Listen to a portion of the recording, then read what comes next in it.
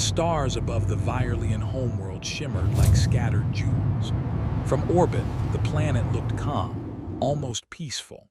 Its forests glowed faintly with bioluminescent light, and rivers twisted like silver threads across the surface. But below the beauty, a deadly crisis unfolded. A mysterious plague had begun to spread, silent and unstoppable, attacking everything living on the planet. For the Virelians, a species known for their careful science and calm diplomacy, this was unthinkable. In the heart of the Virelian capital, a massive dome hummed with anxious energy. Scientists rushed from lab to lab, analyzing samples of infected flora, fauna, and even the air itself.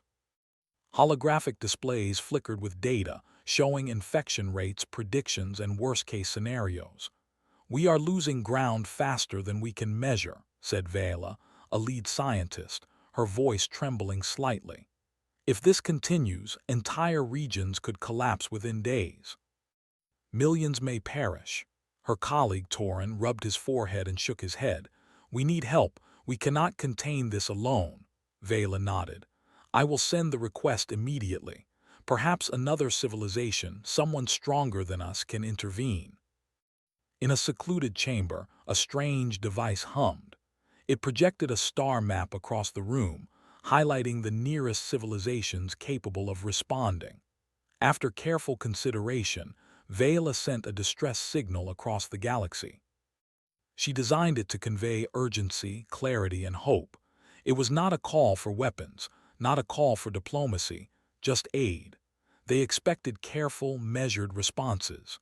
Perhaps the Galethian Union would send researchers. Perhaps the Polari Consortium would offer containment drones. The Virelians had dealt with interstellar allies before, and all of them were cautious. But they did not expect what came next. Light flared suddenly in the void of space. Virelian sensors detected a new fleet approaching at impossible speed. The ships were massive, angular, and heavily armored.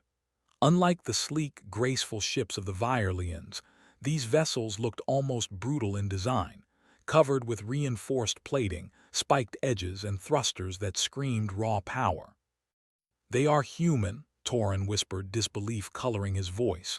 "Yes," Vela said, eyes wide, "but I don't recognize their markings. They are from the outer sectors, the Deathworlders. The humans had a reputation that preceded them. Stories of their survival on planets where radiation boiled the skies, storms could crush cities, and predators could hunt fleets of soldiers were known across distant systems. They were ruthless in the sense that they refused to die, often succeeding where advanced alien technology failed. But those stories were distant myths, tales shared by traders and explorers. To see them now, fully armed and on approach, was terrifying and exhilarating at the same time. A transmission crackled through. A hologram of a human officer appeared in the command chamber. Her uniform was scratched and worn, her hair tied back in a no-nonsense braid. Her eyes were sharp, filled with determination. "I am Captain Mara Tyne of the Fleet Indomitable," she said. Her voice was firm, confident. "We received your distress signal. Stand clear. We are coming down to assist." The Virelians stared at the image, unsure how to respond. "Assisting?" Torin asked, frowning. "They are armed, their ships, they look like war machines." "They survive," Vela murmured. "That is all that matters." Within hours, the human fleet descended toward the planet. Atmosphere burns painted the sky with streaks of orange as massive ships sliced through the clouds. From orbit, the humans launched small shuttles, landing directly in plague-affected zones. Unlike the slow, cautious Virelian researchers, humans moved fast, almost recklessly. Captain Tyne led a team down to the surface, stepping onto land that was already changing under the plague's touch. The air smelled wrong, thick with disease. Plants shriveled before her eyes, and strange spores drifted lazily in the wind. Yet she walked forward without hesitation, her boots crunching over dead grass and broken stone. "This is worse than I imagined," one of her officers muttered. "Do the natives even know how dangerous this is?" They will, Tyne replied, scanning the horizon. We'll show them. That's our job. The Virelians followed behind cautiously, their eyes wide as humans began setting up containment zones immediately. Using portable shields, human teams cordoned off infected areas, creating temporary quarantine fields. They moved fast but methodically, improvising with the alien technology around them. One human engineer, Rickard, attached a strange device to a dead tree. It pulsed softly, emitting energy that seemed to sterilize the surrounding spores. Vela leaned closer. What is that? A Deathworlder bio-scrubber, Rickard said with a shrug. We used it on Omega-9, cleans zones in minutes, adaptable to any flora. The Virelians gasped. On Omega-9, a planet toxic enough to burn metal, the humans had survived and thrived. Seeing them act so calmly here, in a world the Virelians thought safe, was almost humbling. As night fell, humans continued their work. They were not afraid to enter the most infected areas. Where the Virelians had hesitated, citing safety protocols, humans plunged forward, studying samples, neutralizing pockets of disease and gathering intelligence. Captain Tyne walked beside Vela, observing the alien scientist as she struggled to understand the human methods. You do not fear the plague? Vela asked. Tyne shook her head. Fear is for those who cannot survive. We adapt, we endure, we solve. The words struck the Virelian like a hammer.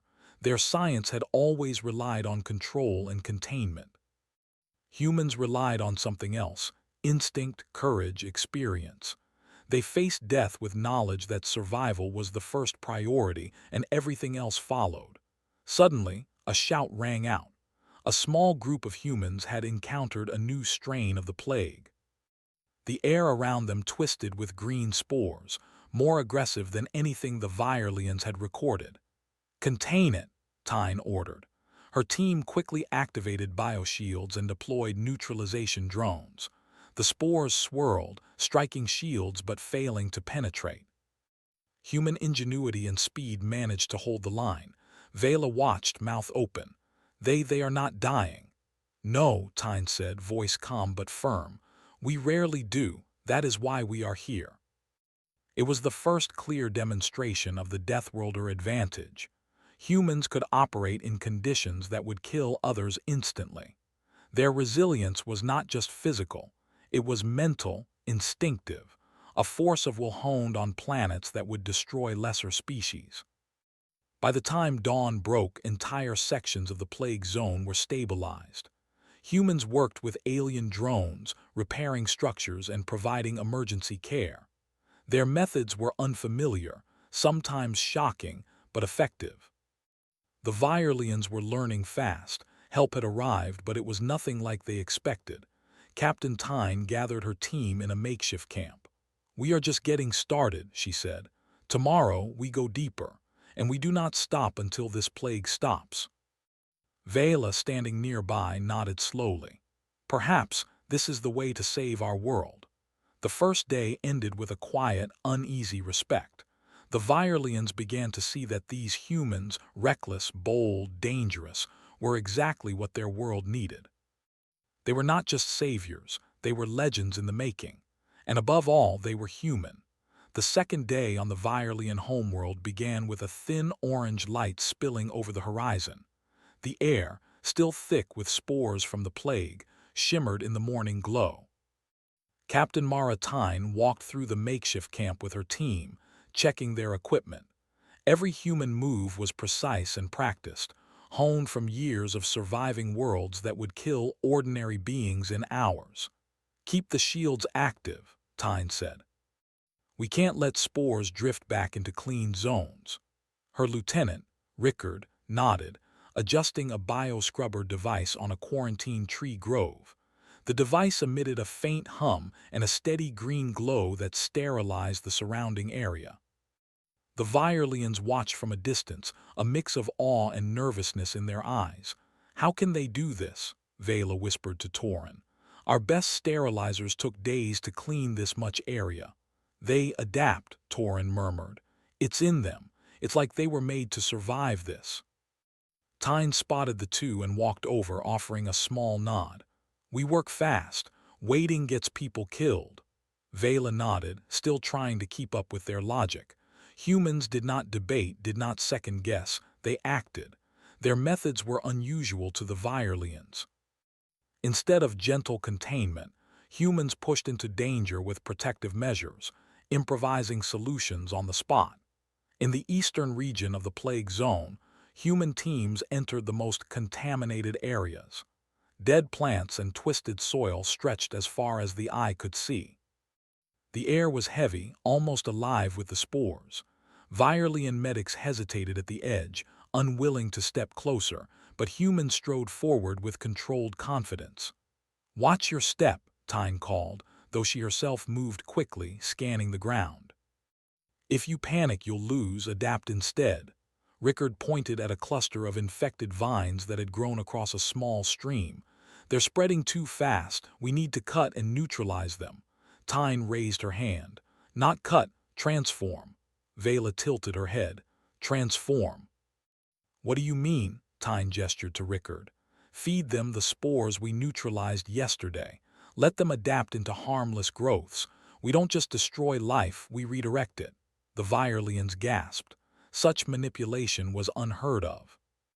Their scientists relied on containment, quarantine, and sterilization. But humans could use the enemy against itself, reshaping dangerous life into something safe. Within hours, the twisted vines began to change color, their green and black tendrils softening into silvery patterns. Within the day, they were harmless, even beneficial, helping filter the air of lingering spores. Meanwhile, in a nearby city, human teams were reinforcing alien quarantine shields. These devices had been designed for minimal protection, enough to slow disease. Humans upgraded them rapidly. Steel-like frames appeared, energy fields strengthened, and biosensors enhanced with Deathworlder ingenuity. One of the Virelians, Torin, approached Tyne nervously. "You are changing our technology in hours. What if it fails?" Tyne smiled faintly. "If it fails, we try something else. That's the advantage. We don't wait for perfection. We adapt fast and hard." As the Virelians watched, a small group of humans approached a collapsed dome that had trapped several citizens. Within minutes, humans dismantled debris, erected protective shields, and used a combination of alien and human tech to extract the survivors without exposing them to the spores. "Unbelievable," Vela murmured. "In our records, this dome would have been a loss." "Not for humans," Rickard said. "We learn fast, we survive faster." By midday, a mutated strain of the plague began to appear. It was aggressive, spreading faster and with more resistance to conventional sterilization methods. Virelians recoiled, but humans faced it head-on. Tyne assembled a team around the affected zone. "Contain the spread, yes," Tyne said, "but don't be afraid to get close. Observe, adapt, and act. We learn by touching the danger." A Virelian medic gasped. They are entering the contaminated zone without full suits." Tyne's deputy, Harlan, shrugged. "We've trained on worse. You'll see why humans don't panic." The humans moved like a single organism. Some deployed portable shields, others used bioscrubbers to neutralize spores, and a few monitored the air quality while documenting the plague's mutations. Each movement was deliberate, yet fast. Within hours, the mutated strain was contained, and samples collected for study. Vela and Torin exchanged stunned looks. "They survived," Vela said. "They actually survived direct exposure." Tyne walked past, wiping sweat from her brow. "That's what humans do. We survive. Then we fix things. You can try to understand it, but you can't fight it. You just watch and learn." As the sun dipped toward the horizon, humans began preparing for night operations. They built mobile shelters, shielded observation posts, and emergency medical zones. Unlike the Virelians, who would retreat during darkness, humans worked tirelessly, using light and heat to combat the spores that thrived in shadow. A small team discovered a nest of infected creatures, alien life forms twisted by the plague. Humans didn't kill them immediately. Instead, they used containment fields to isolate the creatures, studying them while preventing further infection. Some creatures struggled violently, but human patience and observation eventually tamed the immediate threat. One Virelian, trembling, asked, "Why not destroy them?" Tyne knelt beside the containment field, observing the creatures. "Because killing is easy. Understanding is survival. If you adapt what you learn here, your species survives too." The Virelians felt a strange mixture of fear and admiration. Humans were dangerous, yes, but they were also teaching survival in ways their science could not. That night, Captain Tyne gathered her team in the central camp. A holographic map displayed the day's progress. Zones that were previously lost to the plague now glowed with a soft green light. Human interventions were working. "We're not done," Tyne said. "Tomorrow we go deeper. The plague will try new tricks and we'll have to try harder. That's how humans operate. We don't quit because it's hard. We win because we refuse to fail," Harlan added, "and we adapt constantly. Watch and learn." In the shadows, Vela and Torin listened. For the first time, the Virelians realized why humans were called Deathworlders. They did not just survive the impossible, they mastered it. By the early hours of the next day, subtle changes began to appear across the infected zones. Plants had started to regrow safely, streams cleared, and the air became easier to breathe. Human ingenuity mixed with raw courage had begun to turn the tide. Yet the plague was not defeated. It would strike again, mutate again, and test the humans' limits. But one thing was certain: the Virelians were no longer afraid. With humans here, even the deadliest forces of nature could be met with hope. Captain Tyne stood atop a ridge, gazing at the horizon. Her silhouette, framed against the alien skies, seemed almost heroic. "We survive first, then we save others. That is the way." Somewhere deep in the recovering forests, a mutated spore floated silently, observing the humans with unintentional respect. It was learning, too, and the humans would adapt as they always did. The second day ended with uneasy calm. The plague had been slowed, zones secured, and the Virelians had begun to understand what it meant to have humans among them. It was messy, terrifying, but undeniably effective. Humanity had arrived, and the galaxy would never see aid the same way again. The third day on the Virelian homeworld dawned with tension. The plague, though slowed, had begun to mutate unpredictably. Entire districts in the Virelian cities were under threat, and the alien population was growing anxious. Scientists had predicted this stage, but they had never seen it handled like the humans were about to. Captain Mara Tyne stood on the bridge of a human shuttle hovering above one of the worst-hit zones. Her team was preparing to enter the heart of the plague, the region where the infection was densest. The Virelians watched from a distance, their advanced scanners unable to fully comprehend the human strategy. "This area is the deadliest yet," said Rickard, adjusting his respirator. "Most species wouldn't survive 10 minutes in there." Tyne's expression was calm. "That's why we go. If we don't act now, the Virelians lose whole cities. We don't have the luxury of caution. Adapt or fail." The shuttle descended into a wasteland of twisted plants, blackened soil, and thick green mist. Spores floated in the air like tiny sparks, carried by the wind into every nook and cranny. The humans moved with precision, their boots crunching over dead flora. Vela and Torin watched from an observation post. Torin whispered, "They are going straight into it without hesitation." Vela could only nod. The courage was astonishing, but it was more than courage. The humans were adapted to danger, trained to thrive where others would perish. Inside the city, entire streets were overrun by mutated plague growths. Buildings were partially destroyed, vines crawling up walls like living chains, and the air shimmered with spores. Human teams split into squads, each with a mission. neutralize infection pockets, rescue trapped citizens, and repair damaged infrastructure. One squad encountered a large horde of mutated creatures, once normal Virelian wildlife, now twisted and aggressive. Most species would have frozen in fear. The humans did not. "Set up containment fields," Tyne shouted. "Don't kill them yet." The creatures lunged, but portable shields and improvised traps corralled them. Another team studied their behavior, analyzing movement patterns, weaknesses, and energy signatures. Within hours, humans had tamed the horde, redirecting them into areas where they could not spread the plague further. Vela gasped. "They are controlling the infection, not just fighting it." Tyne's voice carried over the calm. "That's the point. We don't just survive, we adapt.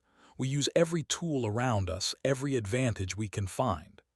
In another district, human engineers worked with Virelian machines. The aliens had tried to build barriers before, but the humans reinvented them entirely.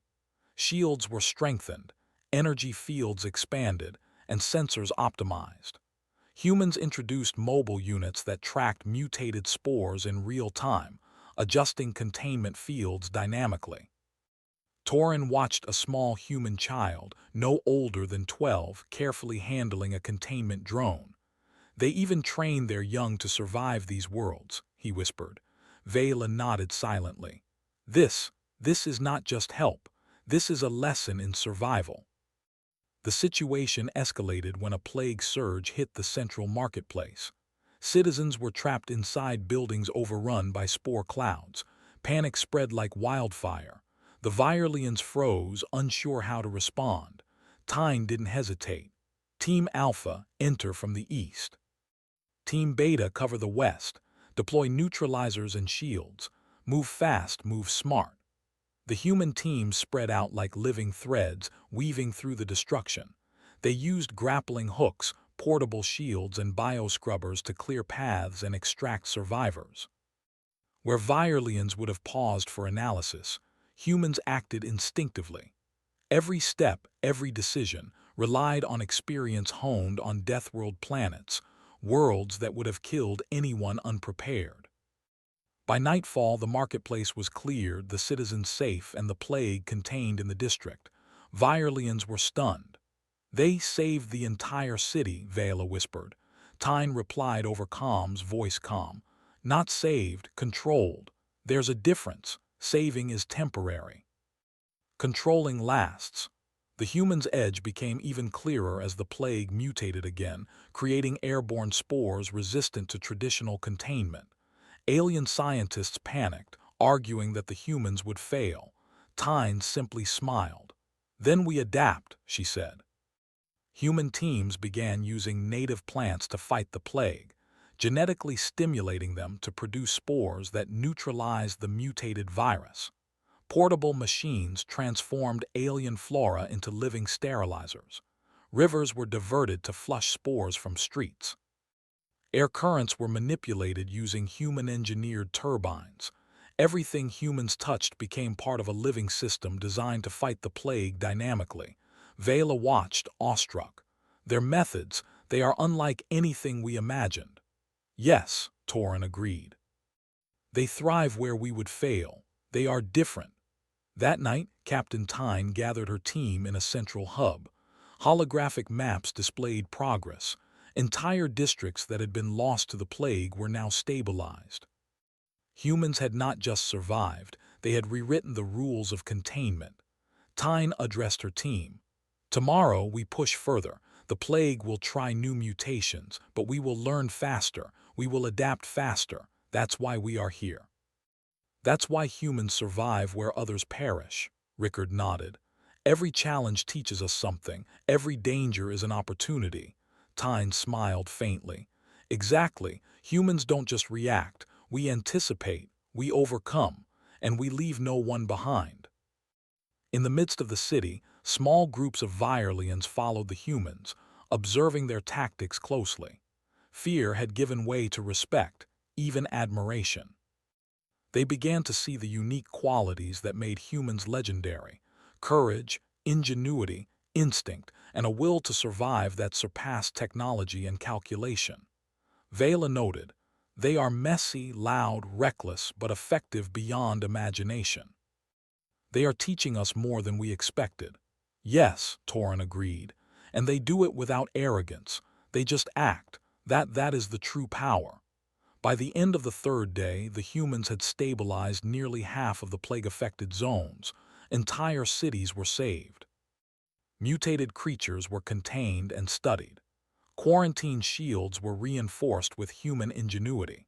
The Virelians began to trust the humans completely, realizing that their unconventional methods, though sometimes shocking, were saving their civilization. As Tyne looked over the horizon, she saw the glow of bioscrubbers lighting the night. The city, once on the brink of collapse, now pulsed with controlled life. She knew the plague would continue to test them, but she was confident. Humans would adapt. Humans would survive. And through their survival, they would protect the Virelians. Vela approached her, awe in her eyes. You have changed everything here. Entire cities owe their survival to you." Tyne shook her head. "We didn't save them. They saved themselves with a little help. We only showed them what humans can do when they refuse to quit." Above them, the stars of the Virelian sky twinkled, silent witnesses to the legendary arrival of the Deathworlders. And somewhere deep within the mutated forests, spores that had survived human sterilizers seemed to pause, almost hesitant, as if they understood that they were facing beings unlike any the galaxy had ever seen. Humanity had proven its edge.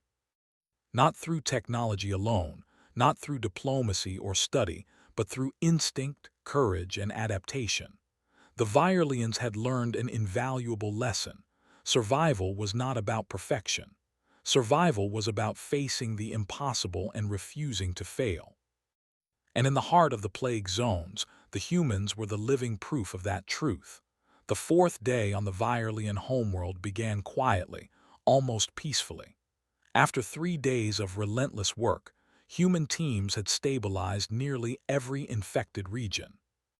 The plague, though still present in pockets, was no longer an unstoppable force. Life was returning to the planet, fragile but enduring. Captain Mara Tyne surveyed the horizon from a ridge overlooking one of the largest cities. The human shuttles hovered above the sky, their engines humming softly, and the streets below glowed faintly with bioscrubber light. Humans had taught the Virelians something no technology alone could: adaptation under pressure, courage in the face of death, and the relentless will to survive. Rickard approached her, adjusting his respirator and wiping sweat from his brow. "We've done what we can here." "The plague is contained," Tyne nodded. "For now. It may mutate again, but we've given them tools, knowledge, and hope. That's enough for the Virelians to continue. Survival isn't just about fighting, it's about learning how to live with danger and win." In the city below, Virelian citizens cautiously emerged from shelters, their eyes wide with wonder. Streets once choked with blackened growths now shimmered with healthy flora. Water flowed freely in the canals, cleansed by human-engineered filtration devices. Small creatures once corrupted by the plague were safely relocated to biosecured zones. Vela walked through the streets with Torin, observing the work humans had done. I never imagined anything like this. Entire cities saved in days. Not by our science, but by their instincts and actions. "They are not like us," Torin replied. "We calculate and plan. They act, adapt, survive. And somehow they succeed where we fail." A small human child engineer, no more than 12, adjusted a containment drone near the edge of the plaza. Vela watched her carefully. "Even their children know how to survive this," she said quietly. Tyne passed by, smiling faintly at the young human. "We learn young. Survival isn't optional, it's a way of life." The humans began debriefing the Virelian scientists. They shared knowledge about containment fields, bioscrubbers, and adaptive tactics to handle future mutations. They didn't lecture, they demonstrated, allowing the Virelians to understand by doing. Torin attempted to take notes but quickly realized it wasn't enough. This cannot be taught from paper. You must experience it, adapt in the moment. Tyne nodded. Exactly. Knowledge without action is useless. Survival is learned by living it, not reading it, Rickard added. The worst part is often fear. If you can face fear and keep moving, you can survive anything. Vela watched silently, realizing that the humans were leaving more than technology. They were leaving a philosophy, a way of thinking that could reshape Virelian society forever.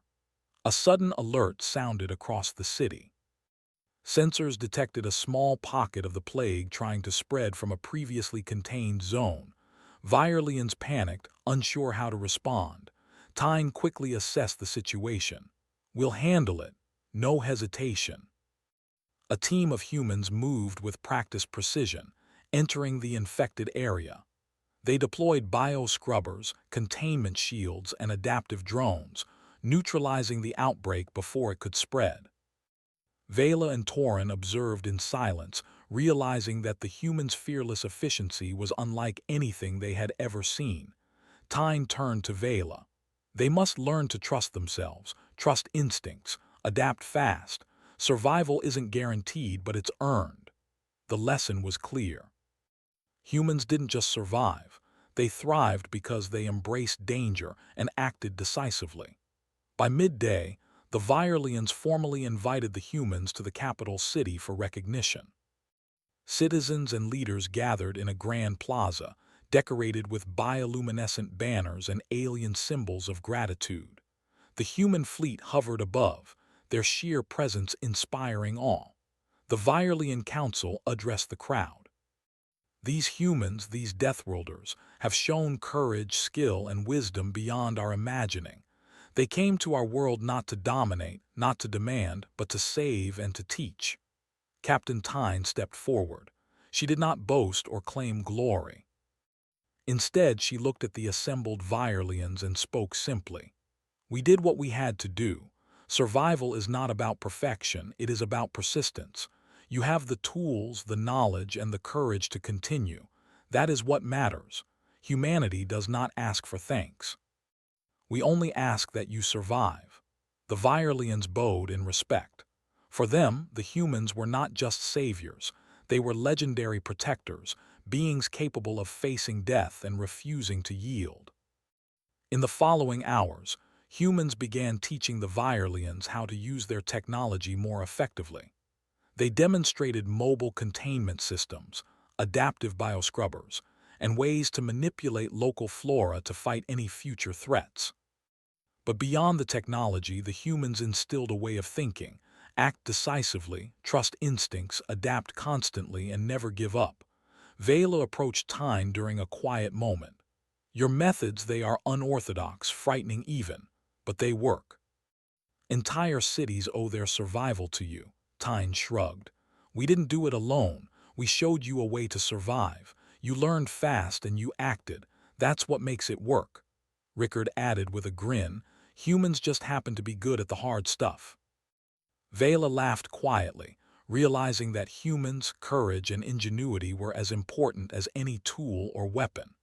As evening approached, Captain Tyne prepared to depart. The human fleet would leave the Virelian system soon, but the lessons and the bond they created would remain. Humans had earned respect, not through fear, but through actions, resilience, and unshakable determination. The Virelians organized a farewell ceremony. Children waved glowing plants that the humans had helped stabilize. Citizens lined the streets, bowing and cheering as the fleet lifted off.